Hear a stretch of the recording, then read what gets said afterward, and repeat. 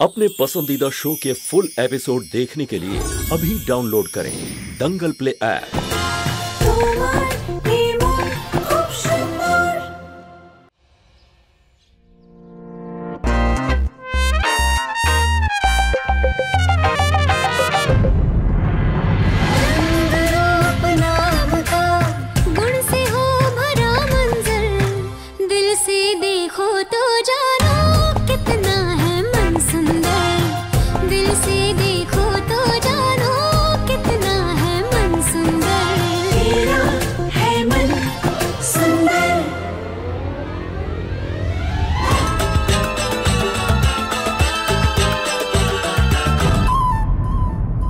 अरे भूत छिलो नाकि हठाৎ कोথায় উধাও হয়ে গেল? বৌদিও না প্রিয়র জন্য অদ্ভুত অদ্ভুত মেড রাখে।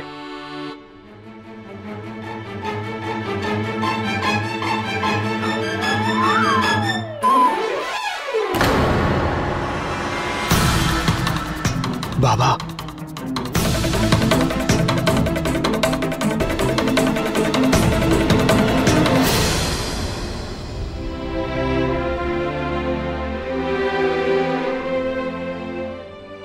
জয় শ্রীকৃষ্ণ ঠাকুমা। জয় শ্রীকৃষ্ণ বাবা। দীপক, একবার বাইরে গিয়ে দেখ তো আজ সূর্য উঠেছে কিনা। আমার ছুটকু একদম সময় ব্রেকফাস্ট করতে এসেছে। ঠাকুমা নিহার, আমার নাম নিহার। নিহার তুই আর সবার জন্য, আমার কাছে তুই আমার ছুটকুই, বুঝলি? একটা কথা বল, কাল রাতের পার্টি কেমন ছিল? শোন, চুলটা না এমনি এমনি সাদা হয়নি, সব বুঝতে পারি। বল। অসম ছিল ঠাকুমা।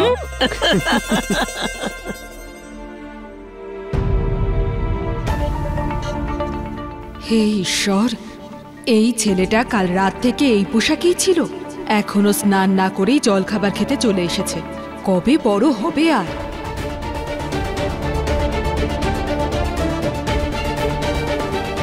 থ্যাঙ্কস মা। নিহার, তুই কি টুথপেস্টের অ্যাড দিচ্ছিস? মুখটা বন্ধ কর, চুপচাপ খেয়ে দিয়ে যা এখান থেকে।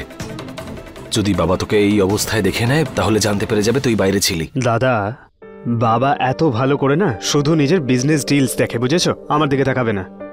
Relax bro.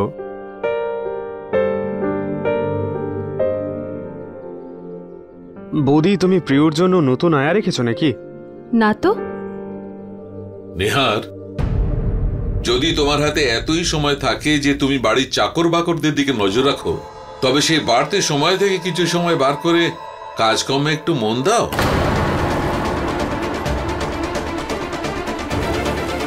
আসলে ব্যাপারটা হচ্ছে, তোর বাবার নিয়ম মনে আছে তো? খাবার টেবিলে কাজের কথা হবে না। ঠিক আছে মা।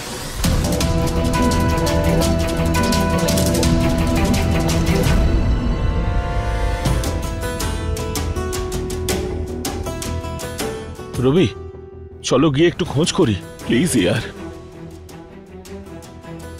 আমি তাড়াতাড়ি করে কিছু বানিয়ে দিচ্ছি, তুমি খেয়ে যাও। উষা, এই সময় খাবার তো দূর, এক ফোঁটাও জল আমার গলা দিয়ে নামবে না। শ্রীধর, এত চিন্তা করো না, আমার সঞ্জু দাদার সঙ্গে কথা হয়েছে, উনি একজন অফিসারের সঙ্গে কথাও বলেছেন, আর সেই অফিসার রুচিকে খুঁজছে।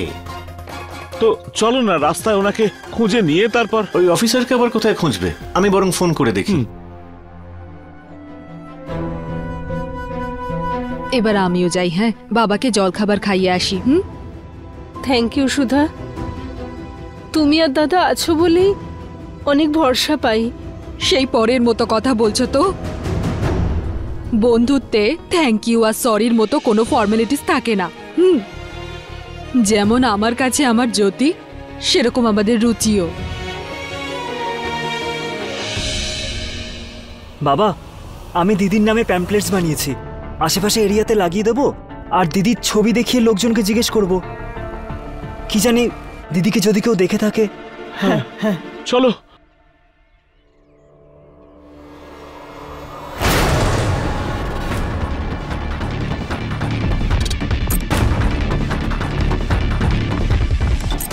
রুচি, আমার মেয়ে এসে গেছে।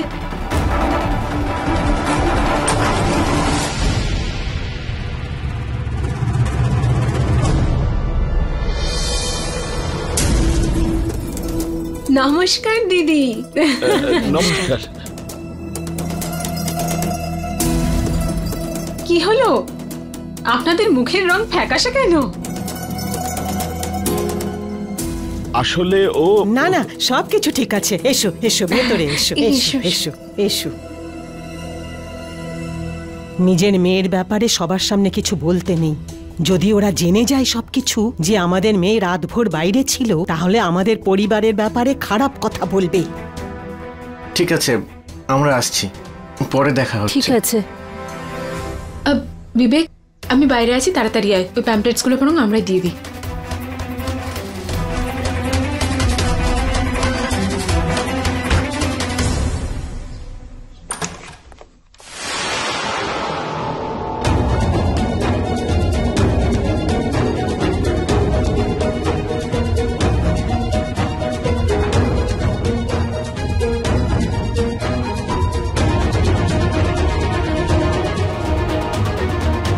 আমার রুমটা এত পরিষ্কার কি করে হলো? দীপক। হ্যাঁ দাদা, এদিকে এসো।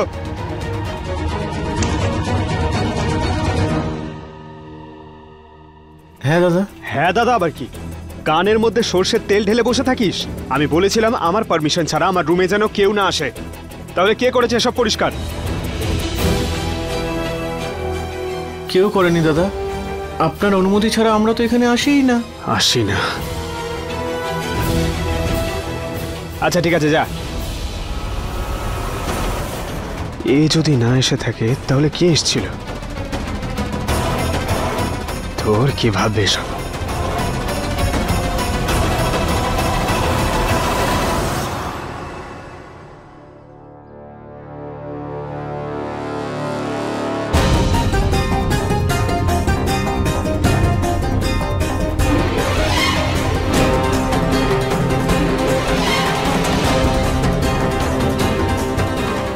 চুলটা কার? প্রিয় এসেছিল মনে হয়, ওই মনে হয় করেছে এইসব।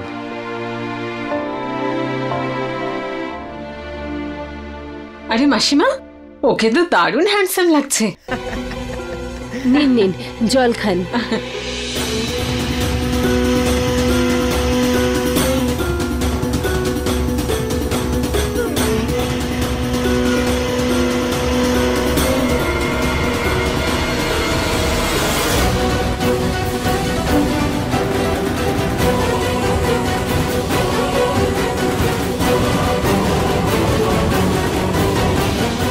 এই নিন। বিবেক, তুইও না এই স্কুলের প্রজেক্ট এখানে রেখেছিস কেন? এটা ভেতরে রেখে আয়, যা।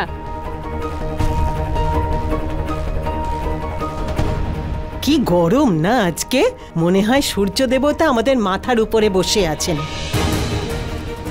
আচ্ছা মাসিমা, আমার কেন মনে হচ্ছে নিশ্চয়ই কিছু ঠিক নেই। না না, তেমন কোনো ব্যাপার নেই, সবকিছু ঠিকই আছে। দিদি, আচ্ছা রুচি কোথায়?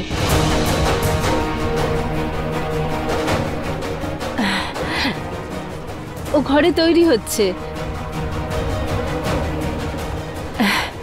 বিবেক বাবা, যা দেখে আয় দিদির আর কত সময় লাগবে। হ্যাঁ যা। আর সীমা, তুমি তো অনেকদিন পরে এলে। হ্যাঁ কাকিমা, আসলে অনেক বছর জয়পুরে আসিনি তো, তাই জন্য চলে এলাম। তোমরা কিছু খাচ্ছ না কেন? এই সিঙ্গারা কচুরি খাও না। ঠিক আছে, তোমাদের জন্যই। খাওয়া দাওয়া পরে হবে। আপনারা মেয়েকে একটু ডাকুন, দেখে নিন। হ্যাঁ হ্যাঁ, এই তো ও চলেই আসবে। ও জানে তো যে আমরা আসবো, নাকি একটু দেরি করে ওঠে ও? না না দিদি, আমার রুচি তো সকাল 6টাতেই উঠে যায়। তাহলে এত টাইম নিচ্ছে কেন রেডি হতে? মা, 100টা মিথ্যে কথা বলার থেকে সত্যিটা বলে দেওয়া ভালো। এনারা বুদ্ধিমান লোক, কথাটা নিশ্চয়ই বুঝবেন। দেখুন সীমা দেবী, আসলে ও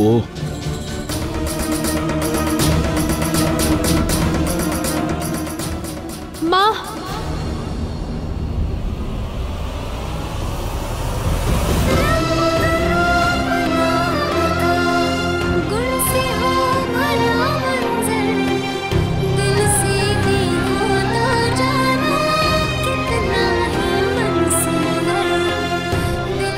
রুচি,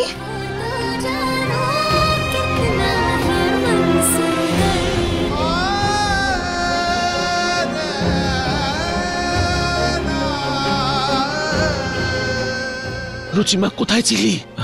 রুচি মা আমার। মা, বাবা আমি। এখানে বলিস না, ভেতরে গিয়ে কথা বলবো। কাকিমা, আপনি বলছিলেন মেয়ে ভেতরে আছে, রেডি হচ্ছে, কিন্তু ও তো বাইরে থেকে আসছে।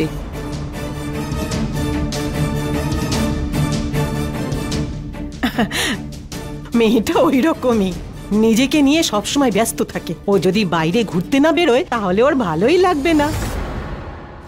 ও কখন গেছে আমরা জানিই না, আর এটা তো ভালো জিনিস, ওই জন্য আমরা বারণ করি না।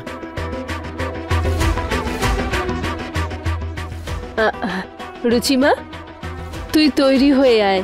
হ্যাঁ, চলে আয়। নমস্কার।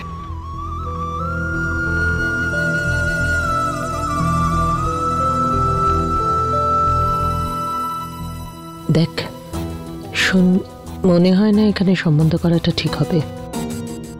চল আমরা বেরোই। যখন এসেই পড়েছ, রুচিকে একবার দেখে নাও না দিদি, ও তৈরি হয়ে আসছে হয়তো। আরে ননদ বৌদির মধ্যে কানে কানে কি কথা চলছে আমাদের একটু বলো। ওই অ্যাকচুয়ালি না ঠাকুমা একটু বেশি শুনতে পায়, এই জন্য। আসলে কি বললেন তো মাসিমা, দিদি জিজ্ঞেস করছিল রুচির কতক্ষণ লাগবে। আর এই 5 মিনিটের মধ্যে চলে আসবে মাসি।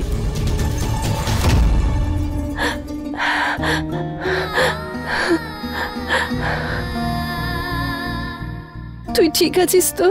হ্যাঁ মা, একদম ঠিক আছি। এমনি শুধু সারা রাত আমি গোয়েল বাবুর ছেলের ঘরে ছিলাম। কি কি আজে বাজে বলছিস তুই? মানে আমি ওনার রুমে একা লক হয়ে গেছিলাম। এমনি এমনি কি করে বন্ধ হয়ে গেল? অ্যাকচুয়ালি বাবা, আমি যখন ফাইল দিতে তোমাকে গোয়েল মেনশনে গিয়েছিলাম না, তখন ওনাদের ঘরে কোনো পার্টি হচ্ছিল। যেই সকালে দরজা খোলা হলো, আমি সবার প্রথমে ওখান থেকে পালিয়ে গেলাম। আর ভালো হলো কেউ দেখেনি, নইলে বাবা তোমার জন্য ব্যাপারটা খুব খারাপ হতো। কি হলো, তুমি এখন মাথায় হাত দিয়ে এভাবে বসে পড়লে কেন? আমার তখন মনে হয়েছিল যে কেউ যেন সাহায্যের জন্য ডাকছে। এই আওয়াজটা কোত্থেকে আসছে? যদি আমি তখন একটু খেয়াল করতাম গো, তাহলে আমার মেয়েটাকে এত কিছু কষ্ট সহ্য করতে হতো না। সরি মা, আমার কারণেই তুই এত ঝামেলা সইলি।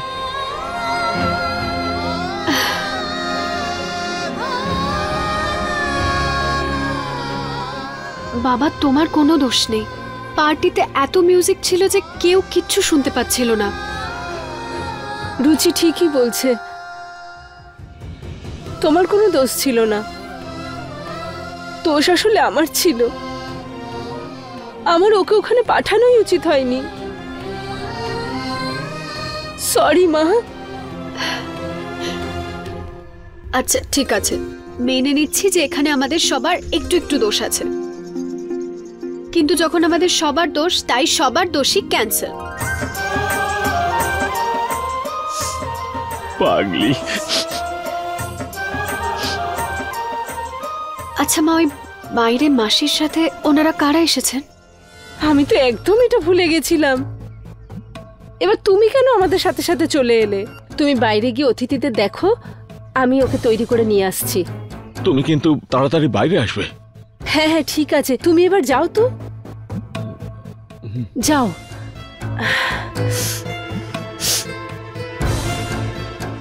রুচিমা, তুই না ভালো করে স্নান করে তাড়াতাড়ি তৈরি হয়ে নে। হ্যাঁ মা, এক্ষুনি স্নান করে আসছি। আর শোন, যেমন তেমন ভাবে আসিস না, একটু ভালো করে তৈরি হয়ে আসবি। ছেলেপক্ষ থেকে তোকে দেখতে এসেছে। কি মা, আমার অবস্থাটা তো দেখো, আমি ঠিক মতো দাঁড়াতেও পারছি না, আর তুমি এইসব করছো। আমি তোর কথাটা বুঝতে পারছি রে মা, কিন্তু কালকে ওই টেনশনে ওদেরকে আমি না করতেই ভুলে গেছি। সকালবেলায় ওরা বাড়ি চলে এসেছে, ওদের আমি কি বলতাম বল? দেখ দেখ, তুই তো আমার সোনা মানা। হ্যাঁ, নিজের মায়ের জন্য একটু এটুকু কর প্লিজ। ঠিক আছে। আর না, তুই এই চশমাটা পরে যাস না। 1 মিনিট। এই হ্যাঁ, এইটা এই নে। তুই না এই লেন্সটা পরে আসবি, আমি কালকেই তোর জন্য নিয়ে এসেছি। মা, লেন্সে আমার প্রবলেম হয়। শোনা মা, কিছুক্ষণের জন্য কষ্ট করে নে। তুই কি এটা সবসময় পরে থাকবি নাকি? হ্যাঁ প্লিজ প্লিজ প্লিজ, নিজের মায়ের জন্য। আর তাড়াতাড়ি তৈরি হয়ে আসবি, ঠিক আছে? আমি বাইরে যাচ্ছি, তাড়াতাড়ি আসবি। হ্যাঁ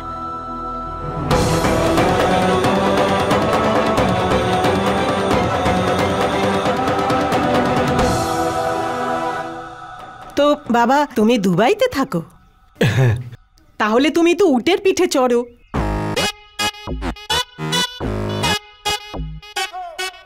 মা, আমি এখানে অফিস গরুর গাড়িতে যাই নাকি?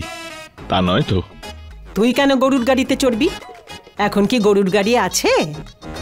যখন এখানে গরুর গাড়ি চলে না, তখন ওখানে উট কি করে চলবে মা?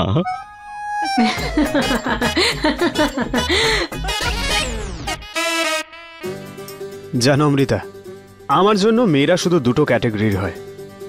এক, যারা ছেলেদেরকে টাইম পাস মনে করে, শুধুই নিজের কথা কখনো রাখে না, না ভেবে চিন্তে প্রমিস করে ফেলে।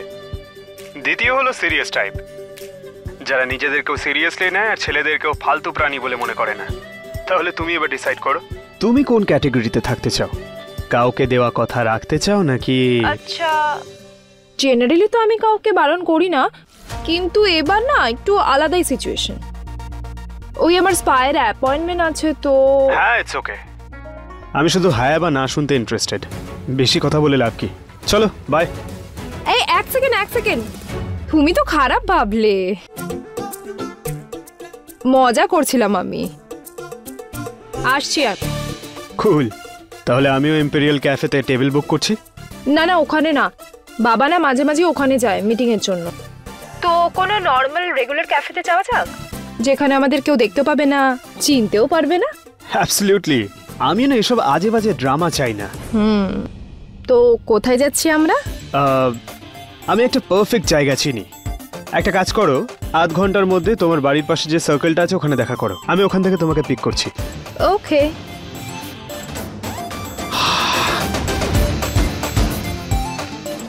আই নিউ ইট, জানতাম ও রাজি হবে।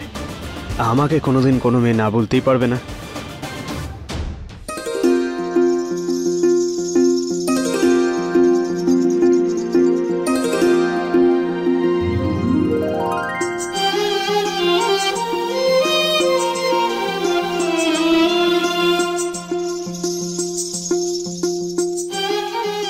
তোর চোখটা কি ঝিনুক নাকি রে, যা খুলছেই না?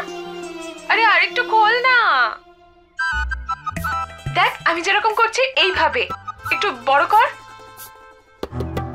এইভাবে?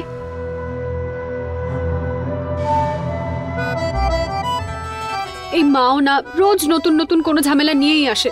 আচ্ছা আমাকে একটা কথা বল, তুই রুমের মধ্যে লক হলি কি করে? আর ওইখানে ঘরে কোনো চার্জার ছিল না? ও আমার ঠাকুমা, বাজে বকা বন্ধ করে 2 মিনিট চুপ কর না প্লিজ। একে তো মা আমার মাথায় উঠে তাণ্ডব করছে, আর তুই এদিকে রামায়ণ শোনাতে বসেছিস। আচ্ছা ঠিক আছে, তো এত ক্ষুধার্ত সিংহের মতো গর্জন করার দরকার নেই, যা গিয়ে রেডি হয়ে নে তুই।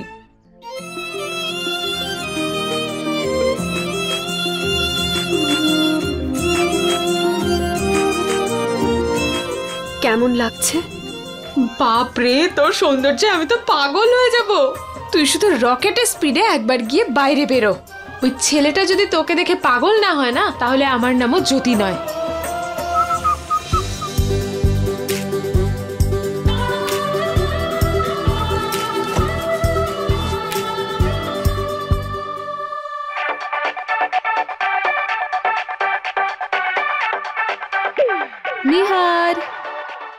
হ্যাঁ বৌদি। আমাকে একটু ড্রপ করে দাও না, এই একটুখানি। বৌদি এই তো কাছেই যাব আমি, প্লিজ। ওকে বৌদি।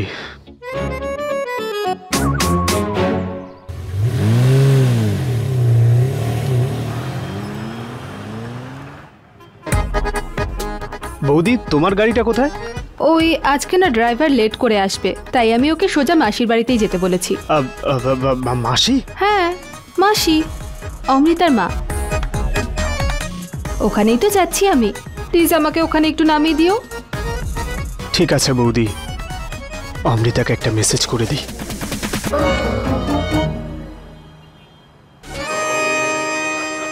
এই যে নিহার, মনটা রাস্তায় দাও, ফোনটা পরে দেখো।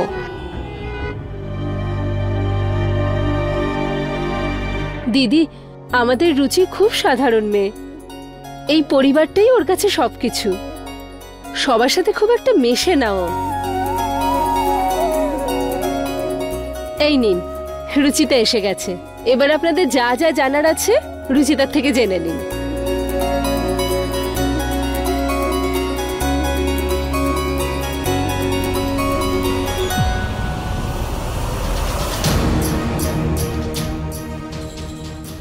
ভগবান, এই লেন্স পরে তো সত্যি আমি কিছু দেখতে পাচ্ছি না। এটা আমায় সারা জীবন না পড়তে হয়। फुल एपिसोड देखने के लिए अभी डाउनलोड करें दंगल प्ले ऐप।